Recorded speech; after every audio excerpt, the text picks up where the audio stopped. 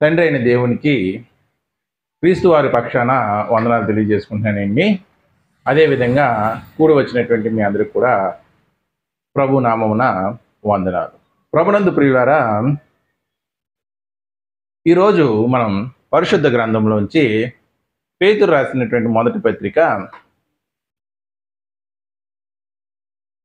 పేతురు రాసినటువంటి మొదటి పత్రిక 2వ అధ్యాయం 9వ వచనం ధ్యానించుకుని ఈరోజు వర్తమానంలోకి వెళ్దామండి. పేతురు రాసినటువంటి మొదటి పత్రిక 2వ అధ్యాయం 9వ వచనం. అయితే మీరు చీకటిలో నుండి ఆశ్చర్యకరమైన తన వెలుగులోనికి మిమ్మును పిలిచిన వాని గుణాతిశయములను ప్రచురము చేయు నిమిత్తము ఏర్పరచబడినటువంటి వంశమును, రాజులైన యాజకుల సమూహమును, పరిశుద్ధ జనమును, దేవుని సొత్తైనటువంటి ప్రజలై ఉన్నారు. అయితే మీరు చీకటిలో నుండి ఆశ్చర్యకరమైనటువంటి తన వెలుగులోకి పిలిచినటువంటి ఎవరండి? మనల్ని చీకటిలో నుండి తన ఆశ్చర్యకరమైనటువంటి వెలుగులోనికి పిలిచింది ఎవరు? అసలు చీకటిలో ఎవరున్నారు? మొదలు పెట్టడమే అయితే మీరు అని మొదలెట్టారు. అంటే ఎవరో? మనమే. అంటే చీకటిలో ఉన్నవారు ఎవరు? మనమే. ఏ చీకటి అది? పాపం అనే చీకటిలో ఉన్నాం.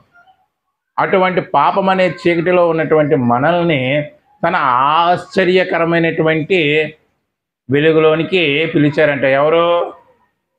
వినాలండి. ఎవరు పిలిచారు? యేసుక్రీస్తు వారు పిలిచారు. ఆయన్ని వెలుగు అని బైబిల్ చాలా చోట్ల ఉటంకించిందా లేదండి? మరి ఆశ్చర్యకరమైనటువంటి వెలుగు ఏంటి? ఆ ఆశ్చర్యానికి కొలమానం ఏమిటి? ఆ వెలుగు ఎలాగా ఆశ్చర్యకరమైనటువంటి వెలుగు అయి ఉంది? సాధారణంగా అండి, మనం చీకటిలో ఉన్నప్పుడు ఏం చేస్తాం? వెలుగుని ఆశ్రయిస్తాం, అంతే కదండి? వెలుగున్న చోటకి మనము వెళతాం. కానీ ఇక్కడ చెప్పబడుతున్నటువంటి వెలుగు ఎలా ఆశ్చర్యకరమైనటువంటి వెలుగు అయ్యిందంటే, నశించిపోయిన దాన్ని వెదికి రక్షించుటకు మనుష్య కుమారుడు ఈ లోకంలోనికి వచ్చెను. అంటే చీకటి దగ్గరికి ఏమొచ్చింది? చీకటి దగ్గరికి ఏమొచ్చిందండి? వెలుగు. ఆశ్చర్యకరమైనటువంటి వెలుగు. కానీ మనలో రోగం ఉంటే మనం డాక్టర్ దగ్గరికి వెళ్తామా? ఏ డాక్టర్ మంచివాడు, ఎవరు స్పెషలిస్టు అని తెలుసుకొని మనం డాక్టర్ దగ్గరికి వెళ్తామా? లేకపోతే డాక్టరే మన దగ్గరికి వస్తాడా? మరి ఈ పాపం అనే చీకటిని మనలోంచి ప్రాలదోలడానికి, ఆశ్చర్యకరమైనటువంటి తన వెలుగులోనికి పిలవడానికి ఈ లోకానికి వచ్చాడంట. నశించిపోయిన దాన్ని వెతికి రక్షించుటకు మనుష్య కుమారుడు ఈ లోకంలోనికి వచ్చును. ఎవరు నశించిపోతున్నారంటే, ఇదిగో పాపం అనే చీకటిలో మగ్గిపోతున్నటువంటి మనమే నశించిపోతున్నాం. ఆ నశించిపోతున్నటువంటి మనల్ని వెతికి రక్షించుటకు యేసుక్రీస్తు వారు ఈ లోకానికి ఎలాగొచ్చారంటే ఆశ్చర్యకరమైనటువంటి వెలుగు అని చెప్తున్నారు. మత్తయి సువార్త 4వ అధ్యాయం 15వ వచనం చూడండి. చీకటిలో కూర్చుండి ఉన్న ప్రజలను గొప్ప వెలుగు చూచిరి. చూడండి, ఎక్కడ కూర్చున్నారంట? మరణ ప్రదేశంలో. అదేంటండి? శ్మశానం దగ్గర, బరియల్ గ్రౌండ్ దగ్గర, మరణ ప్రదేశంలోను, మరణ ఛాయలోను కూర్చుండి ఉన్న వారికి. చూడండి, చీకటిలో ఉన్నారంట. చీకటిలో ఉన్నవారు గొప్ప వెలుగు చూశారంట. వారు ఎక్కడ ఉన్నారంట? మరణ ప్రదేశంలోనూ మరణ ఛాయలో కూర్చుండి ఉన్న వారికి గొప్ప వెలుగు ఉదయించెను. పేతురు భక్తుడు ఏం చెప్తున్నాడు? ఆశ్చర్యకరమైనటువంటి వెలుగు అని చెప్తున్నాడు. అంటే మరి ఇప్పుడు చూడండి, ఎవరైనా మరణపు అంచుల్లో ఉన్నవారిని రక్షిస్తే ఈ సమాజం ఎలా చూస్తుంది? ఒక వ్యక్తిని చాలా గొప్పగా చూస్తుందా లేదా? ఒక వ్యక్తిని మరణపు అంచుల్లోంచి రక్షిస్తుంటే, గొప్పగా చూస్తుంటే, మరి యావత్ ప్రపంచ ప్రజలందరినీ కూడా, ఇదిగో ప్రపంచం ఎలా ఉందంట? క్రీస్తు వారు జన్మించేటప్పటికి చీకటిలో కూర్చున్నారంట, మరణ ప్రదేశంలో కూర్చున్నారంట, మరణ ఛాయలో కూర్చున్నారంట. వారి మీదకి ఏం ప్రసరించిందంట? ఆశ్చర్యకరమైన గొప్ప వెలుగు ప్రసరించింది. యోహాను సువార్త 1వ అధ్యాయం 9వ వచనం చూడండి. నిజమైన వెలుగు ఉండెను, అది లోకంలోనికి వచ్చుచు. చూడండి, ప్రతి మనిషిని కూడా ఏం చేస్తుందంటండి? ఎందుకు వెలిగించాలి? మనలో ఉన్నటువంటి పాపం అనే చీకటి పోవాలంటే ఏకైక మార్గం ఏంటంటే క్రీస్తు అనే నీతి సూర్యుడు మనలో ఉదయించాలి. అందుకే నిజమైనటువంటి వెలుగు. అబద్ధపు వెలుగు ఉందా లేదా? ఉందా లేదా? సాతాను మోసపోకడి, సాతాను తానే వెలుగు దూత వేషం ధరించుకుని మీ మధ్యకు వచ్చును అని. అందుకే ఇక్కడ చూడండి, చక్కగా రాయబడింది ఏంటంటే నిజమైనటువంటి వెలుగు ఉందంట. ఆ వెలుగు లోకంలోకి వచ్చి ప్రతి మనిషిని వెలిగిస్తుందంట. మరి ఆశ్చర్యకరమైనటువంటి వెలుగు అనడానికి సందేహం ఏమైనా ఉందండి? అయితే మీరు చీకటిలో నుండి తన ఆశ్చర్యకరమైనటువంటి వెలుగులోనికి పిలిచిన వాణి, ఇక్కడ వరకు చూసామండి. చీకటి అంటే ఏంటో చూసాం, ఆశ్చర్యకరమైనటువంటి వెలుగు ఏంటో చూసాము. అయితే మీరు చీకటిలో నుండి తన ఆశ్చర్యకరమైనటువంటి వెలుగులోనికి పిలిచిన వాని గుణాతిశయములను ప్రచురించుటకు. చీకటిలో నుండి వెలుగులోకి వచ్చేసాం. వెలుగులో రాగానే చేయవలసినటువంటి పని ఏంటి? ఆ చీకటిలో నుండి వెలుగులోనికి మిమ్మల్ని ఎవరైతే రప్పించారో ఆయన గుణాతిశయములను ఏం చేయాలంటే మనం ఏం చేయాలంటే అండి? ప్రచురము చేయుటకు, అంటే ప్రకటించుటకు. ప్రచురము చేయుటకు అంటే ప్రకటించుటకు. ఏమంటున్నాడు? ప్రచురము చేయుటకు ఏర్పరచబడినటువంటి వంశమును, రాజులైనటువంటి యాజక సమూహమును, పరిశుద్ధ జనమును, దేవుని సొత్తైనటువంటి ప్రజలై ఉన్నారు. ఒకసారి పాపం నుంచి విడిపించబడి నువ్వు వెలుగైనటువంటి క్రీస్తు వారి వద్దకు వస్తే నువ్వు ఇంకా ఎవరి సొత్తు? నా తల్లి సొత్తు కాదు, నా తండ్రి సొత్తు కాదు, నా పిల్లల సొత్తు కాదు. నేను ఎవరి సొత్తు? దేవుని సొత్తు అయినటువంటి ప్రజలై ఉన్నారు. మరి దేవుడు ఆ ప్రజలను ఏం చేయమంటున్నాడంటే, ఇదిగో ఆయన యొక్క గుణాతిశయములను, అంటే దేవుడి యొక్క స్వభావ లక్షణాలని ప్రచురము చెయ్యమంటున్నాడు. అంటే మనం భూమి మీద జన్మించింది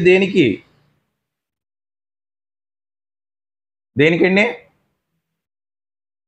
క్రీస్తు వారి యొక్క గుణాతిశయములను ప్రచురము చేయుటకు మాత్రమే మనం ఈ భూమి మీద ఉన్నాం.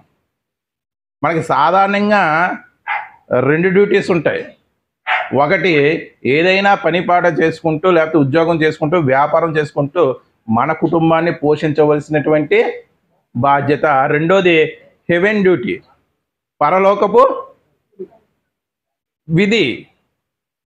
పరలోకపు విధి ఏంటి? ఇదిగో క్రీస్తు వారి యొక్క గుణాతిశయములను ప్రచురం చేయవలసినటువంటి బాధ్యత. 2 డ్యూటీలు ఉన్నాయా లేదా? మరి అపోస్తలుడైన పౌలు అందరూ తమ సొంత కార్యములనే చూసుకుంటున్నారు కానీ క్రీస్తు కార్యములు ఎవ్వరూ చూడడం లేదు అని అన్నాడా లేదా? అన్నాడా లేదా? అంటే ఎంతమంది ఒకే డ్యూటీ చేస్తున్నారు? నువ్వు ఎందుకు బతుకుతున్నావు అంటే నా తల్లి కోసం, ఎందుకు బతుకుతున్నావు అంటే నా భార్య కోసం, ఏదో నా బిడ్డలు ఉన్నారు కాబట్టి నేను ఉన్నాను, కానీ లేకపోతే ఎప్పుడో నేను పోదునండి. అంత చిరాకైనటువంటి జీవితం అండి నాది. ఏంటి, నీ బిడ్డల కోసం, నీ భార్య కోసం, నీ తల్లి కోసం, నీ తండ్రి కోసం మాత్రమే ఉన్నావు నువ్వు. మరి పరలోకపు తండ్రి ఏమైపోతాడు? ఆయన నీ మీద పెట్టినటువంటి బాధ్యత ఏంటి? నిన్ను పాపం నుంచి విడిపించి ఆయన గుణాతిశయములు ప్రచురించి అనేకులను ఏం చేయమంటున్నాడు? ఆయన ఆ వెలుగులోనికి రప్పించమంటున్నారు. మరి ఇది ఎవరు చేస్తున్నారండి? ప్రభునందు ప్రియులారా, ఆయన ఎంత గొప్పవారంటే, మనం చచ్చిన వారమై ఉండగా చీకటిలో ఏమయ్యామండి? ఇందా చదువుకున్నాం కదా, చీకటిలో ఉండి మరణ ప్రదేశంలోనో మరణ ఛాయలోనో మనం కూర్చున్నామంట. అప్పుడు వెలిగించిందంట వెలుగు మనల్ని.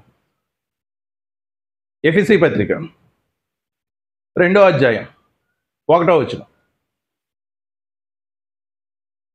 అండ్ రెఫరెన్స్ తీయడానికి బాధపడకండి. మనకి ఎన్ని రెఫరెన్స్లు వస్తే వాక్యం అంత బాగా వస్తుందండి. ఏదో మనం కథలా చెప్పుకెళ్ళిపోతే మనకి సబ్జెక్ట్ రాదు. ఇక్కడ కథలా చెప్పడానికి మనం సమకూడలేదు, బైబిల్ నేర్చుకోవడానికి సమకూడ కదండి. ఎఫెసీ పత్రిక తీసారండి. మీ అపరాధముల చేతను పాపముల చేతను మీరు చచ్చిన వారై ఉండగా. చచ్చిపోయాం లేదా? ఎలా చచ్చిపోయాం? ఒకనాడు ఆదాము అవ్వలు ఎలా చచ్చిపోయారో స్పిరిచువల్ డెత్, ఈరోజు కూడా అదేవిధంగా చనిపోయాం ఒకనాడు. మీరు అపరాధముల చేతనో పాపముల చేతనో చచ్చిన వారై ఉండగా,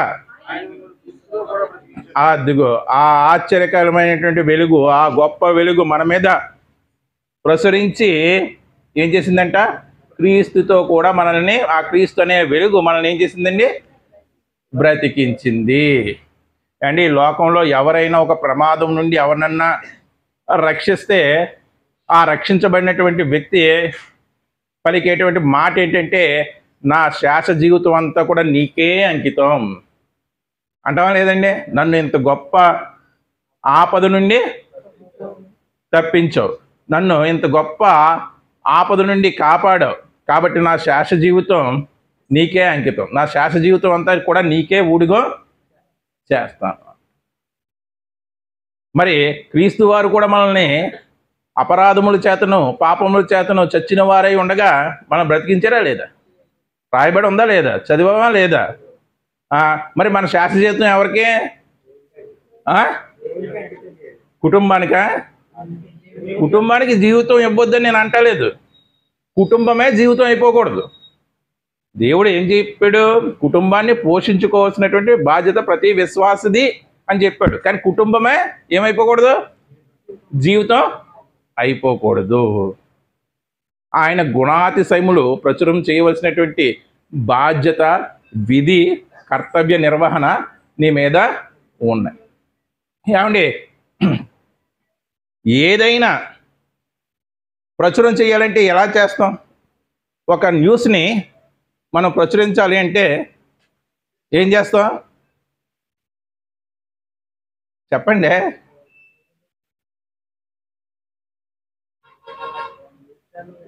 న్యూస్ ఛానల్కి ఇస్తాం,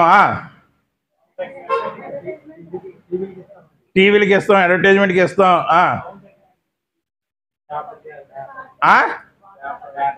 పేపర్కి వేస్తాం కదండి. అంటే చూడండి, ఈరోజు మన ధ్యానాంశం ఏమిటంటే, ఇప్పుడే వచ్చిన కంగారు అడగండి. ఈరోజు మన ధ్యానాంశం కూడా అదేనండి, పత్రిక. ఏంటండి? ఏ పత్రిక అంటే లలాట పత్రిక. ఎక్కడన్నా విన్నారండి? లలాట పత్రిక. నిర్గమాకాండం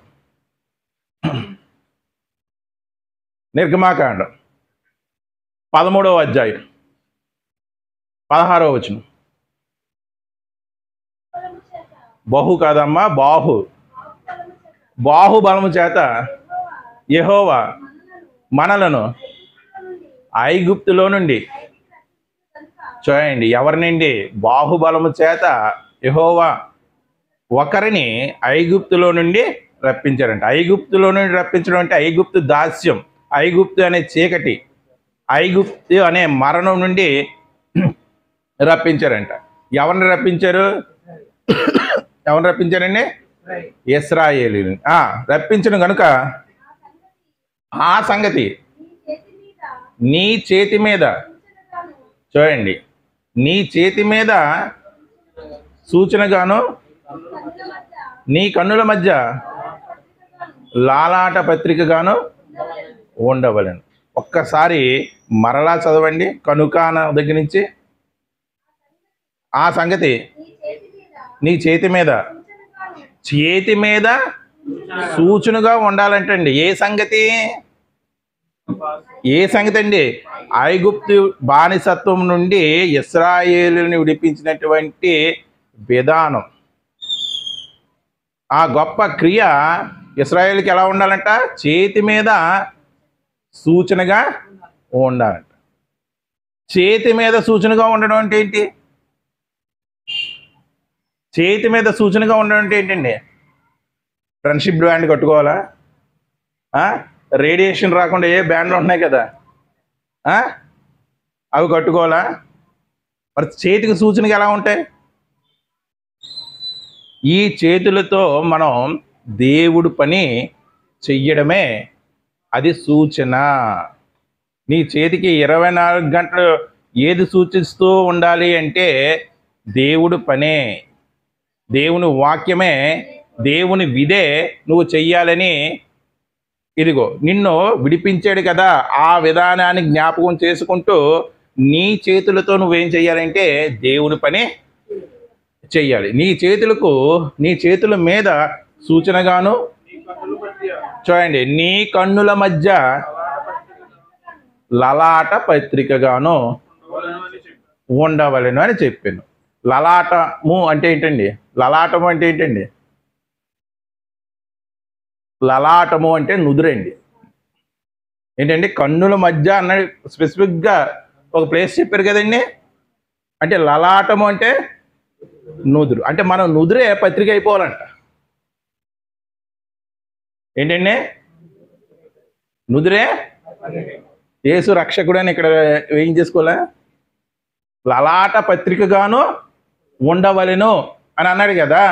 ఐగుప్తు నుండి మిమ్మల్ని ఏ విధంగా తీసుకొచ్చానో ఆ విషయము మీ చేతులకు సూచనగాను మీ కన్నుల మధ్య లలాట పత్రికగాను ఉండవలెను. అంటే ఏం చేయాలి? యేసే రక్షకుడు అని మనం టాటూ ఏం చేసుకోవాలా? మరి లలాట పత్రిక అంటే ఏంటి? లలాట పత్రిక అంటే ఏంటంటే నుదురు పత్రిక అండి. నుదురు పత్రిక అంటే ఏంటి? మీకు ఎవరికైనా కనపడుతుందా? నాకు కనపడుతుందా? పోనీ లేదు. మరి ఏంటి అంటే ఆ విషయాన్ని, నిన్ను బానిసత్వం నుండి విడిపించినటువంటి విషయము ఎక్కడ ఉండాలంటే నీ ఆలోచనలో ఉండాలి. నీ ఆలోచనలో ఉంటే అది సమాజంలోకి వెళ్తుంది. అప్పుడు అది ఏమవుతుంది? లలాట పత్రిక అవుతుంది. ఆలోచన లేకుండా దేవుడు రక్షించాడు కదా, ఆయన నమ్ముకుంటే చాలు అని నువ్వు పాపపు జీవితంలోనే ఉన్నావు అనుకో, నీ నుదురు లలాట పత్రికగానే మారుతుందా? మారదు. ఇశ్రాయేలీయుల యొక్క ఆలోచనలు దేవుడికి అనుకూలంగా ఉన్నాయి, ప్రతికూలంగా ఉన్నాయా? మరి మీరు లలాట పత్రికగాను అంటే మీ ఆలోచనలే ఒక పత్రికగాను ఉండాలని దేవుడు కోరుకున్నాడు ఇశ్రాయేలు జీవితంలో. కోరుకున్నాడా లేదా? అంతేనండి. ఇక్కడ నుదురంటే ఇంకేమైనా ఉందా? ఏమి లేదు కదా. ఇక్కడ ఉండేది ఏంటి? ఆలోచన. మీ ఆలోచనే ఒక పత్రికై ఏదన్నా ఒక విషయాన్ని ప్రచురం చెయ్యాలంటే ముందు మనకి ఏమి ఉండాలి? ఒక ఆలోచన ఉండాలి లేదా? అంటే చూడండి, దేవుడు తన జ్ఞాపకాలను, తను రక్షించినటువంటి విధానాన్ని ఏం చేయాలంటున్నాడు? మీ ఆలోచనలో ఉంచుకోవాలి. మీ చేతికి సూచనగా ఉండాలి. ఇక్కడ ఆలోచన ఉంటే ఆటోమేటిక్గా ఏమొచ్చేది? చేతికి దేవుడు పని చేస్తావా లేదా? ఇక్కడ లలాట పత్రిక గా ఉందనుకో ఆలోచన, ఇది దీంతో చేతితో పని చేస్తామా లేదా? ఇక్కడ లేనిది ఇక్కడ దీంతో పని చేయలేము. అదేండి ఇశ్రాయేలుని దేవుడు ఎంత గొప్పగా కోరుకున్నాడు చూడండి. వారి జీవితాలు ఎలా ఉన్నాయండి? అస్సలకే లేవు.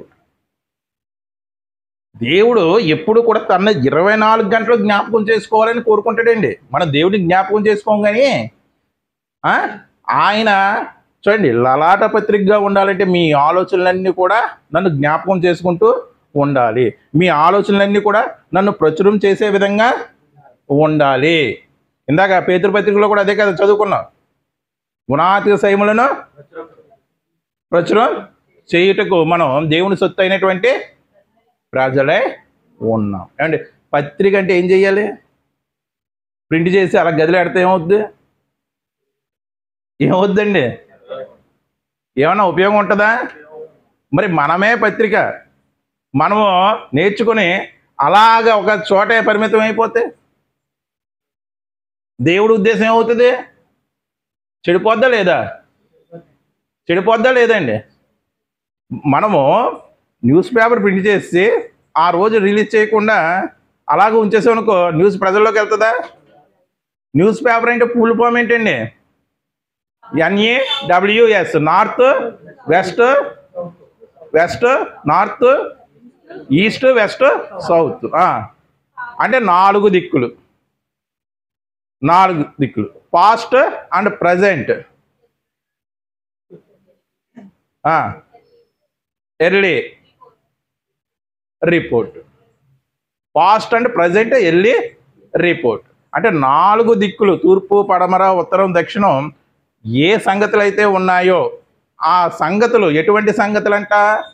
పాస్ట్ ప్రజెంట్ అంటే వర్తమాన కాలము, జరుగుతున్నటువంటి కాలము, జరిగిపోయినటువంటి కాలాన్ని ఒక రిపీట్గా, భూతకాలాన్ని ఒక రిపోర్ట్గా చేసి అందించేదే న్యూస్ పేపరు. సేమ్ మనం అంతే కాదండి. బైబిల్ అనేది ఏదో ఒక దేశానికి పరిమితమైంది కాదు, ప్రపంచ చరిత్రను చెబుతుంది. ఈ భూమి మీద ఉన్నటువంటి 4 దిక్కుల యొక్క సారాంశాన్ని బైబిల్ ఏం చేస్తుంది? చెబుతుందా లేదా? చెబుతుందా లేదా? ఇంకే విషయాలు చెప్తుంది? కేవలము వర్తమానం గురించే చెప్తుందా? కేవలం భూతకాలం గురించి, జరిగిపోయినటువంటి కాలం గురించే చెప్తుందా? అంటే ఇది న్యూస్ పేపర్ కన్నా గొప్ప పత్రిక. ఏది? ఈ బైబిల్ అనేది. ఇది ఎక్కడ ఉండాలి ఇప్పుడు చెప్పండి? ఈ న్యూస్ పేపర్ ఎక్కడ ఉండాలి? ఆలోచనలో ఉండాలి. ఇదే లలాట పత్రిక. ఇశ్రాయేలుకి పాత నిబంధన లలాట పత్రిక, మనకు కొత్త నిబంధన లలాట పత్రిక. అర్థమైందండి? అది ఇశ్రాయేలు గురించి చెప్పబడింది కదండి, మాకు చెప్పలేదా అంటారా? 2 కొరింథీ పత్రిక 3వ అధ్యాయం 3వ వచనం.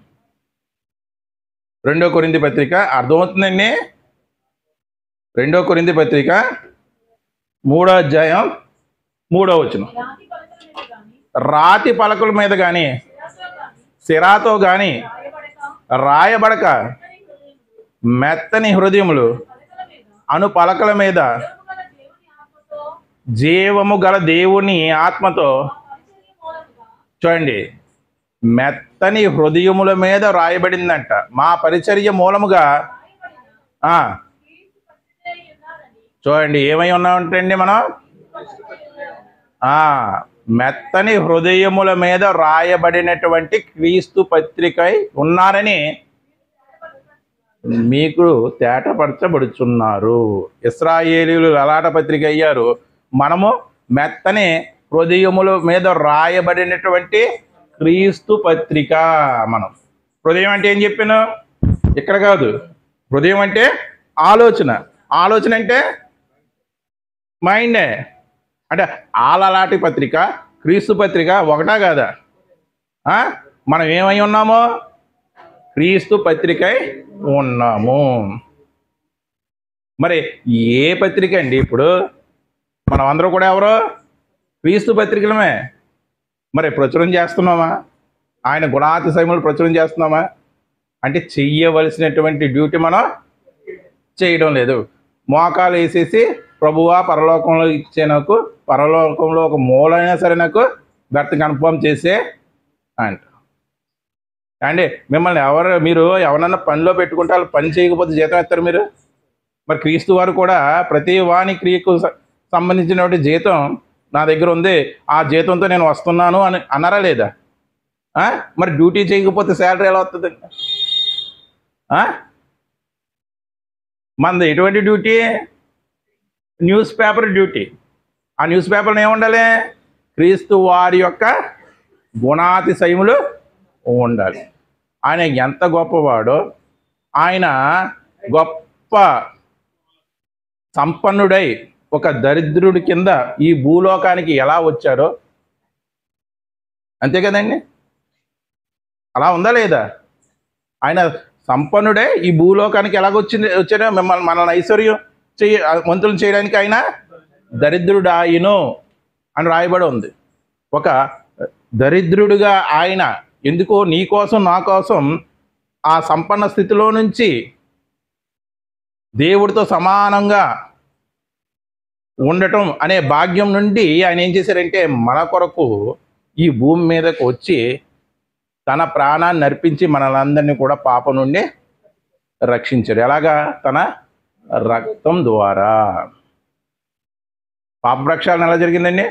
ఆయన రక్తం ద్వారా. మరి ఇది కదా మన పత్రికలో ఉండవలసింది. నువ్వు నేను పత్రిక అయినప్పుడు ఏముండాలి మన పత్రికలో? అంటే పత్రిక అంటే ఆలోచనలు అండి. ఏముండాలి? పత్రికలో చూడండి 24/7 అన్న వేస్తాడు. చూడసారా ఎప్పుడన్నా? అంటే ఏంటి? నిమిషం కూడా ఖాళీ ఉండదని. ఏంటి? 24/7 అని వేస్తాడు. అంటే ఏంటి? నిమిషం కూడా ఖాళీ ఉండదని. న్యూస్ అందించడంలో నిమిషం కూడా ఖాళీ ఉండదని. మనం ఎలా ఉండాలి? మొత్తం ఖాళీయే. దీని గారు అన్నట్టు మనమైతే మొత్తం ఖాళీ. ప్రభునందు ప్రియులరా, ఆయన యొక్క గుణాతిశయములను ప్రచురించాలని, ఆయన యొక్క గుణ లక్షణాలు తెలుసుకోవాలని దేవుడు ఎంత తీవ్రంగా కాంక్షించాడో తెలుసా మీకు? ఎంత తీవ్రంగా కాంక్షించాడంటే ద్వితీయోపదేశకాండం 6వ అధ్యాయం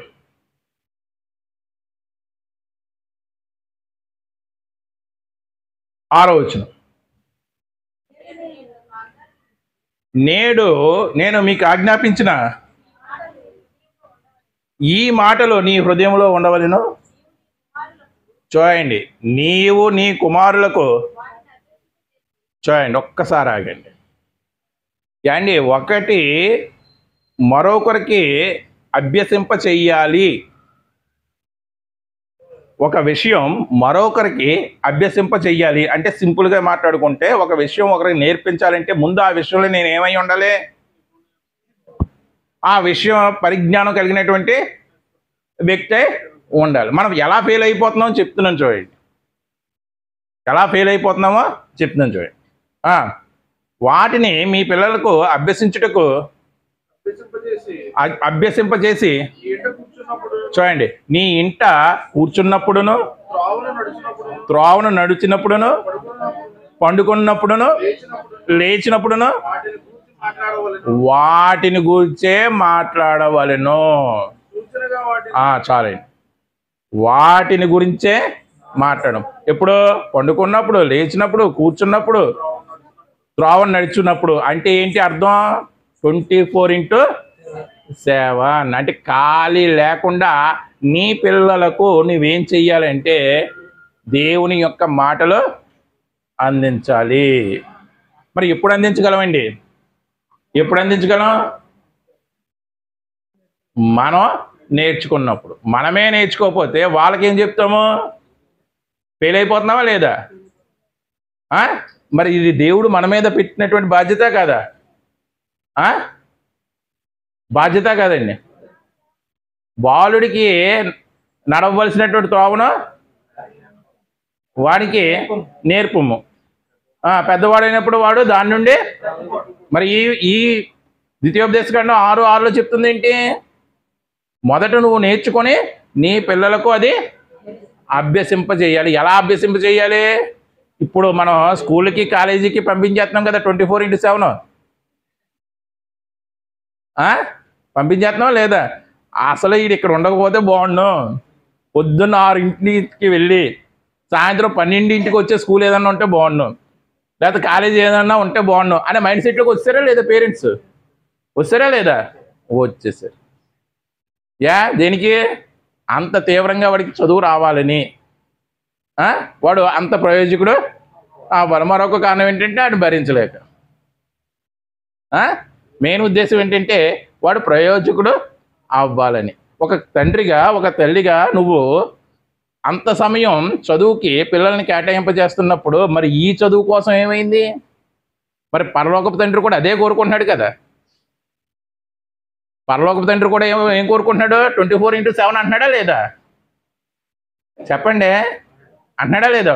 పండుకున్నప్పుడు, కూర్చున్నప్పుడు, నిల్చున్నప్పుడు, త్రోవను నడిచినప్పుడు వాటిని అభ్యసింప చేయాలి. ఫెయిల్ అయిపోయామా లేదా? ఫెయిల్ అయిపోతున్నావా లేదా? అభ్యసింప చేసి సూచనగా వాటిని ఇక్కడ మళ్ళీ అదే చెప్తున్నాడండి. ఇశ్రాయేలుకి ఏం చెప్పాడు? అవి నీ చేతికి సూచనగా ఉండాలన్నాడు. మళ్ళీ అదే ఇశ్రాయేలుకి ఏం చెప్తున్నాడు? వేటిని దేవుని వాక్యమును సూచనగా నీ చేతికి కట్టుకొనుము.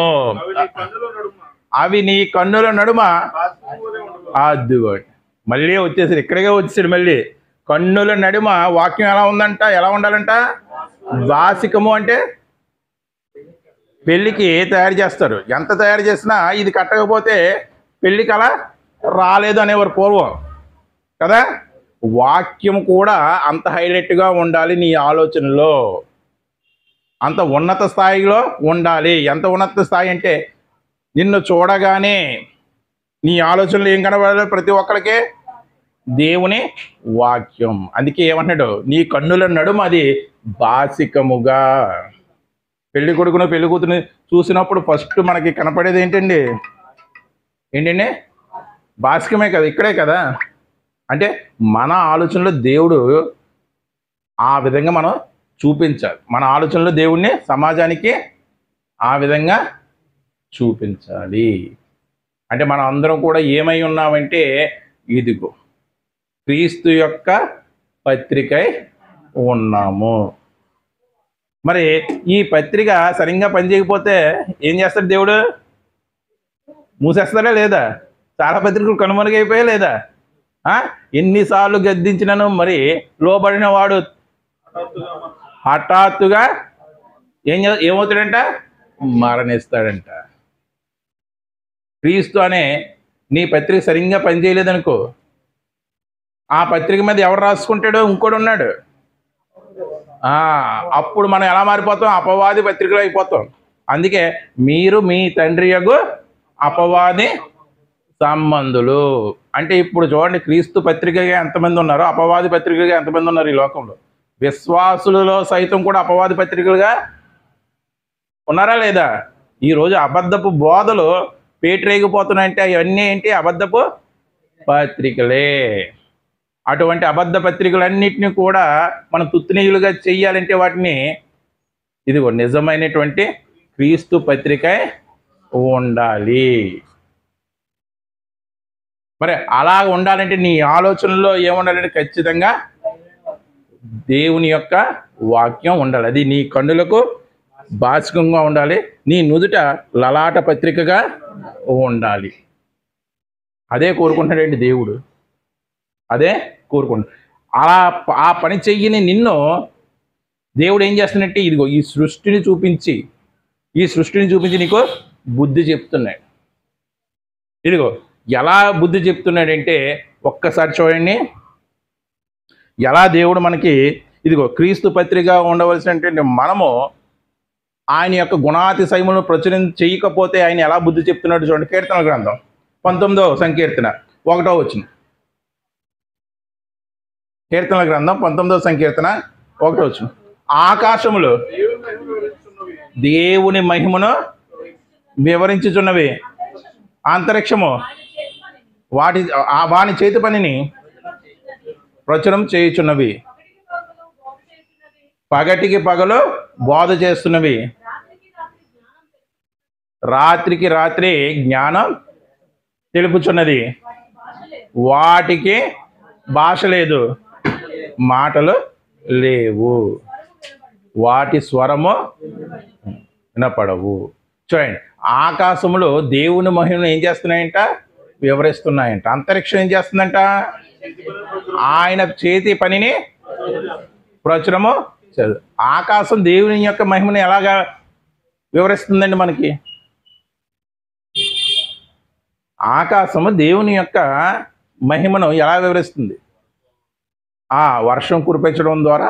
ఆకాశం గురించి ఆలోచిస్తున్నప్పుడు ఇంత విస్తారమైనటువంటి ఆకాశమును సృష్టించినటువంటి దేవుడు చాలా గొప్పవాడు, ఆయన చాలా మహిమాపూర్ణుడు అని మనం ఆలోచిస్తాం కదా. దేవుడు ఉన్నాడు, లేకపోతే ఇంత గొప్ప ఆకాశాన్ని ఎవరు స్థిరపరచగలరు అని ఆలోచిస్తాం కదా. ఆ ఆలోచనలోనే ఆకాశం ఏం చేస్తుందంట? తన దేవుని యొక్క మహిమను వివరిస్తుందంట. అంతరిక్షము, ఆ అంతరిక్షం ఏంటంట? ఆయన చేతి పని. ఈ అంతరిక్షంలో ఉన్నటువంటి నక్షత్రాలు, చంద్రుడు, గ్రహాలు, వీటన్నిటిని చూసి ఎంత చక్కగా ఉంది. రాత్రి అవుతుంటే చంద్రుడు ఉన్నాడు, చంద్రుడి చుట్టూ చుక్కలు ఉన్నాయి, ఇది ఎంత బాగుంది అని ఏం చేసాము? మన బెడ్రూమ్లో పైన సీలింగ్కి ఏం చేసుకున్నాం? పెట్టుకున్నాం. ఎందుకు పెట్టుకున్నాం? దేవుడు చేసినటువంటి సృష్టిని చూసి. అంటే అంతరిక్షం ఏం చేస్తుందంట? ఆయన చేతి పనిని ప్రచురం చేస్తుందని ఉందా లేదా? అంటే అంతరిక్షం కూడా ఏంటి? అంతరిక్షం కూడా ఒక పత్రికే. అంతరిక్షం కూడా ఏంటండి? అంతరిక్షం కూడా ఒక పత్రిక కదా. ఆయన యొక్క అంతరిక్షం ఆయన చేతి పనిని ప్రచురం చేస్తుందంటే అది కూడా ఏంటి? అది కూడా ఒక పత్రికే. చదవండి, ఇంకేమన్నాడు చూడండి. సృష్టి అంతా ఏం చేస్తుందంట? పగటికి పగలు నీకు బోధిస్తుంది.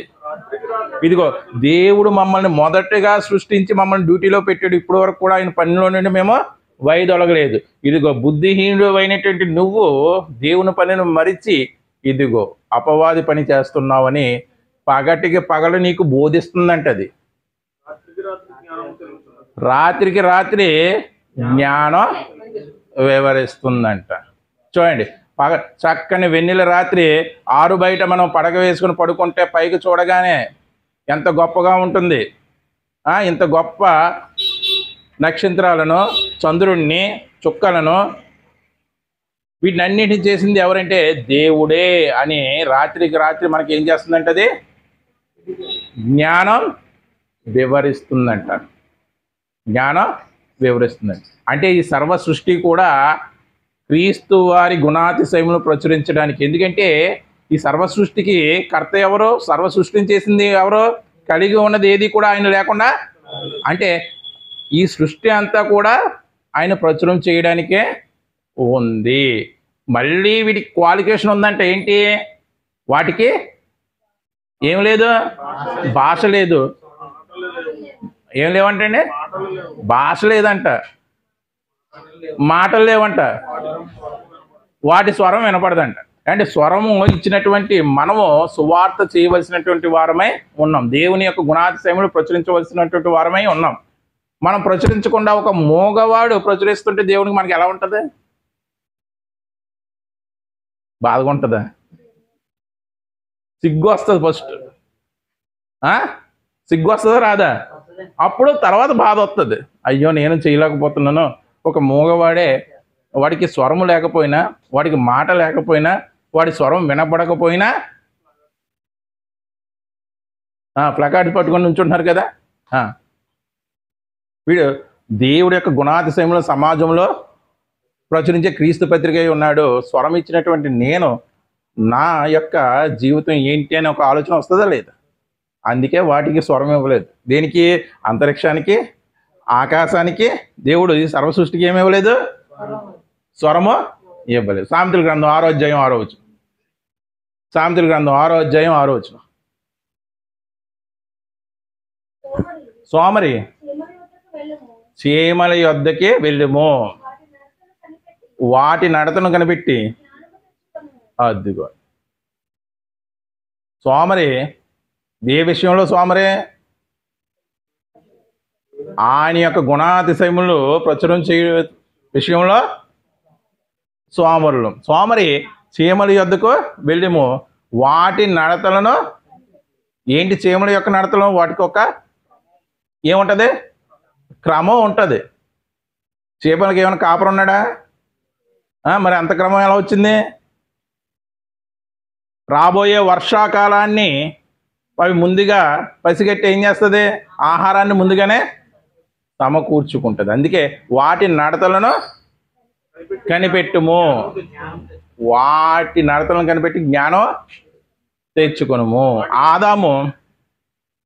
ఆదాము ఒకప్పుడు అదే చీమకు పేరు పెట్టాడు. ఏమని? చీమ అని. ఆయన ఏ భాషలో పెట్టాడో మనకు తెలియదు, కానీ మన భాష ఇది కాబట్టి చీమ అని. మీరు ఒకళ్ళు పేరు పెట్టారండి, మరొకడు వచ్చి నువ్వు పేరు పెట్టిన వాడి దగ్గరికి వెళ్ళి నువ్వు జ్ఞానం తెచ్చుకో, బుద్ధి తెచ్చుకో అంటే మీకు ఎలా ఉంటుంది? ఎలా ఉంటుందండి? మన తల తీసినట్టు ఉంటుందా ఉండదా? దేవుడు అదే చెప్తున్నాడు, కానీ మనకేం రాటలదు? సిగ్గు రాటలదు. అంటే మనిషి బెదడు 1350 గ్రాములు. ఎంత? ఇంక మన భాషలో చెప్పుకోవాలంటే ఇంచుమించు కేజీ-పావు. ఎంతండి? కేజీ-పావు కొంచెం ఎక్కువ. చీమ మెదడు, చీమ ఎంత? చీమ మెదడు ఎంత? దానికి ఉన్నటువంటి ఆలోచన ఎంత? దానికి ఉన్నటువంటి జ్ఞానం ఎంత? మనకంటే తక్కువ కాదా? బాగా తక్కువ. అంటే చీమకు ఉన్నటువంటి జ్ఞానం కూడా మనకు లేదండి. దేవుడు బాధపడుతూ, ఇదిగో ఆధ్యాత్మికంగా సోమరుగా ఉన్నటువంటి నువ్వు చీమల దగ్గరకు వెళ్ళి నేర్చుకో అంటున్నాడు. అవి నేర్పిస్తాయి, మనకి లెసన్ చెప్తాయా? వాక్యం చెప్తాయా? చెప్తాయండి. చెప్పడానికి వాటికి భాష ఇవ్వలేదు, వాటికి మాట ఇవ్వలేదు. కానీ అవి ఏం చేస్తున్నాయి? ఈ సర్వసృష్టి ఏం చేస్తుందండి? దేవుని యొక్క సువార్తను ప్రచురం చేస్తున్నాయి. ఇంకా బాగా అర్థం కావాలంటే రోమాపత్రిక, అపోస్తులైనటువంటి పౌలు రాసినటువంటి రోమాపత్రిక 1వ అధ్యాయం 20వ వచనం. ఆయన అదృశ్య లక్షణములు అనగా ఆయన నిత్య శక్తియు, దేవత్వమును, జగత్తుత్పత్తి మొదలుకొని. అదిగోండి మళ్ళీ అంటున్నాడు, సృష్టింపబడినటువంటి వస్తువులను ఆలోచించుట వలన తేటపడుచున్నామంటండి. దేవుని యొక్క గుణాతిశయములు, దేవుడి యొక్క స్వభావము, దేవుడి యొక్క లక్షణాలు, జగతుత్పత్తి మొదలుకొని సృష్టించబడినటువంటి వస్తువుల్ని ఆలోచించటం వలన తేట తెల్లమవుతుంది. మరి ఆలోచించేవాడు ఏడండి? ఈ సృష్టిని చూసి దేవుడి యొక్క లక్షణాలను అంచనా వేసేవాళ్ళు ఎవరు?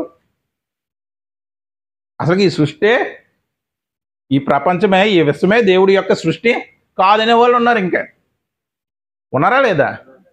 దేవుడు ఏం చెప్తున్నాడు? ఆయన అదృశ్య లక్షణములు అనగా ఏంటి? ఆ అదృశ్య లక్షణములు ఆయన నిత్య శక్తి. ఏమంటే సూర్యుడు ఎప్పటి నుంచి బగబగ మండుతున్నాడండి? కొన్ని వేల సంవత్సరాల కింద నుండి సృష్టింపబడిన దగ్గర నుంచి బగబగ మండుతున్నాడు. ఇప్పటికి ఏమైనా ఆగిపోయాడా? సూర్యుల్లోనే అంత శక్తి ఉంటే మరి దాన్ని సృష్టించిన వాని యొక్క శక్తి ఎలా ఉంటుంది? అందుకే ఆయన యొక్క నిత్య శక్తి, ఎటర్నల్ పవర్. నిత్య శక్తి, దేవత్వము. అంటే సృష్టిలో సృష్టించబడినటువంటి వస్తువులను చూస్తే మనకి ఏమర్థమవుతుందంటే దేవుడి యొక్క దేవత్వము. ఎలా అర్థమవుతుంది దేవుడి యొక్క దేవత్వము? దేవుడి యొక్క దేవత్వం మనకు ఎలా అర్థమవుతుందండి? సృష్టిలో ఉన్న వాటిని చూస్తే సూర్యుడు ఎందుకు ఉంచాడు దేవుడు? ఇదిగో మనిషిని ప్రేమించాడు కాబట్టి, మనిషి అవసరాలు తీర్చడానికి. నీటిని చూస్తే ఇదిగో ఎందుకు ఉంచాడు దేవుడు? మనిషిని ప్రేమించి మనిషి అవసరతో తీర్చడానికి. దేవుడు ఏ స్వరూపి అయి ఉన్నాడు? ప్రేమ స్వరూపి అయి ఉన్నాడు. మరి ఆ ప్రేమ గూర్చి మనం తెలుసుకుంటే దేవుని గురించి తెలుసుకున్నట్టే కాదా? ఆయన అదృశ్య లక్షణాల గురించి తెలుసుకున్నట్టే కాదా? సృష్టించబడినటువంటి ప్రతి వస్తువులో కూడా ఆయన అదృశ్య లక్షణములు అనగా ఆయన నిత్యశక్తి, దేవత్వము కూడా మనకి అర్థమవుతుందంట. ఏమవుతుందండి? అర్థమవుతుందంట. మనల్ని చూస్తే అసలు దేవుడు ఎలాంటి వాడిని ఎందుకు పుట్టించాడరా?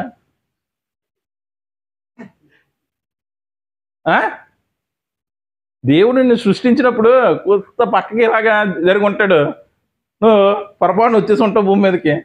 ఇలాంటివి ఉన్నాయా లేదా? అనుకుంటావు ఉంటావా లేదా? మరి వాటిని చూస్తే, చీమలను చూస్తుంటే, సృష్టించబడినటువంటి వస్తువులు చూస్తుంటే దేవుడు ఉన్నాడని, ఆయన స్వభావ లక్షణాలు, ఆయన దేవత్వము, ఆయన నిత్యశక్తి ఇవన్నీ మనకి తేటతెల్లం అవుతున్నాయి. మరి వాటికన్నా సృష్టిలో గొప్ప వారం అయినటువంటి మనల్ని చూస్తే అవే ప్రచురణ చేస్తున్నప్పుడు మనం ఎంత గొప్ప పత్రిక అయి ఉండాలి అంటే, మన పత్రిక చల్లని పత్రిక,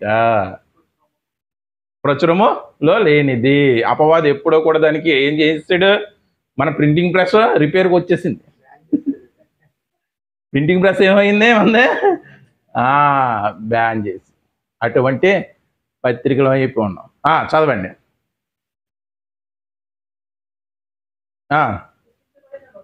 సృష్టించబడినటువంటి వస్తువులను ఆలోచించటం వలన వారు నిరుత్తరులై ఎవరు నిరుత్తరులై ఉన్నారండి? దేవుడి యొక్క స్వభావ లక్షణాలు సృష్టించబడినటువంటి వస్తువుల్లో ఆలోచించలేని వారు నిరుత్తరులై ఉన్నారు. హేతువాదులు ఉన్నారు. వారు ఈ సృష్టి దేవుడే చేశాడు, దేవుడి యొక్క స్వభావ లక్షణాలు, ఆయన నిత్యశక్తి, దేవత్వము ఈ సృష్టిలో ఉన్నాయి, సృష్టించబడినటువంటి వస్తువుల్లో ఉన్నాయంటే వాళ్ళు నమ్ముతారా? ఈ పెన్న రాజమండ్రి నుంచి తీసుకొచ్చి నేను ఇక్కడ పెట్టానండి అంటే, నేను పెట్టబట్టి, ఎవరో ఒకరు పెట్టబట్టి ఇక్కడ ఉంది కదా, లేదు దీని అంతటా ఇదే ఉందంటే నమ్ముతారా మీరు? వాళ్ళు అదే చెప్తారు. ఈ సృష్టి ఎలా కలిగిందంట? దాని అంతటా అదే కలిగింది. కలిగి ఉన్నది ఏది? క్రీస్తు లేకుండా కలగలేదు అని బైబిల్ చెబుతుంది. ఈ సృష్టిని గురించి ఆలోచిస్తే ప్రతి హేతువాది కూడా నిరుత్తరులై ఉన్నాడు అంటే సమాధానం చెప్పలేని వారిగా ఉంటాడు. అంత గొప్ప జ్ఞానం దేవుడు సృష్టిలో ఉంచాడండి. అంత గొప్ప జ్ఞానం ఒక హేతువాడే అడిగేవాడు కరెక్ట్గా సృష్టిని గురించి ఆలోచిస్తే, సృష్టిని గురించి కరెక్ట్గా మనం అడిగితే వాడు ఏం చెప్పలేడు? సమాధానం నిరుత్తరులై ఉన్నారు అంటే ఉత్తరం ఇవ్వలేని వారు. అంటే పోస్ట్ మ్యాన్ కాదండి. ఉత్తరం అంటే సమాధానం చెప్పలేని వారుగా ఉండిపోతారు అన్నమాట. ఎవరో? హేతువాదులు సైతం. ఎప్పుడు నువ్వు సృష్టిని గురించి సరిగ్గా ఆలోచించి సృష్టిలో ఆయన దైవత్వాన్ని, నిత్యశక్తిని వెదికినప్పుడు, అంటే సృష్టిలోనే ఇంత గొప్ప లక్షణాన్ని పెడితే ఆ సృష్టి కన్నా గొప్ప అయినటువంటి మనల్లో ఎన్ని గొప్ప లక్షణాలు పెట్టుంటాడు దేవుడు? సృష్టి కన్నా శ్రేష్టమా కాదా? శ్రేష్టమే. మరి మనం ఎంత గొప్పగా ఉండాలి? మనం గొప్ప క్రీస్తు పత్రికై ఉండాలి. ఆయన గుణ లక్షణాలు ప్రచురణ చేసేవారిగా ఉండాలి. మనకే బైబిల్ వీధిలో పట్టుకునడానికే నామోషి, సిగ్గు. చాలాసార్లు చెప్పాను, చేతితో పట్టుకుని వెళ్ళడం కాదు, నెత్తి మీద పెట్టుకుని వెళ్ళాలి అసలు మనం. యాక్చువల్ ఎందుకు? దేవుడు ఎలా ఉండాలన్నాడు వాక్యం? లలాట పత్రికగాను నీ కన్నుల మధ్య బాసికంగాను ఉండాలన్నాడు. మనం సెల్ ఫోన్లోను, చిన్న బైబిల్ జేబుల్లోను, మళ్ళీ ఎవరికే? మరి ఏం చేస్తున్నామండి?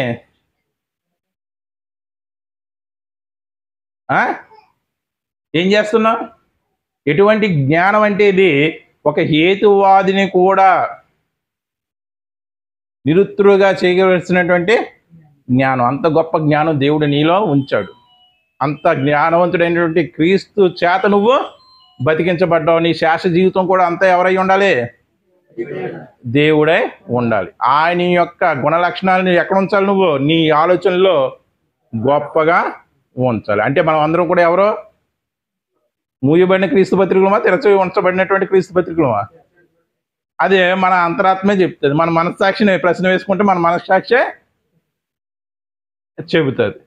దేవుడు ఉద్దేశించింది ఏంటంటే తెరిచి ఉంచబడి ప్రపంచం 4 దిక్కుల ఈ బైబిల్లో ఉన్నటువంటి భూతకాల జ్ఞానం, వర్తమాన కాల జ్ఞానం, భవిష్యత్ జ్ఞానం ఉన్నాయా లేదా? ఈ మూడింటిని కూడా ప్రకటించాలి అనేది దేవుడి యొక్క సంకల్పం. అందుకే మనం ఏమై ఉన్నామంటే అలనాడు ఇశ్రాయేలు ఏ విధంగా లలాట పత్రిక అయి ఉన్నారో అదే లలాట పత్రిక మనం అయి ఉన్నామో, మరియు క్రీస్తు పత్రిక ఉన్నాం. కాబట్టి ప్రభునందు ప్రియులారా, ఈ వాక్యాన్ని మనం జాగ్రత్తగా శ్రద్ధగా ప్రతిరోజు నేర్చుకుని మనం క్రీస్తుకి పత్రిక ఉండాలని దేవుడు ఈ సందేశాన్ని మనకి ఈరోజు వినిపించాడు. ప్రార్థన చేసుకుందాం.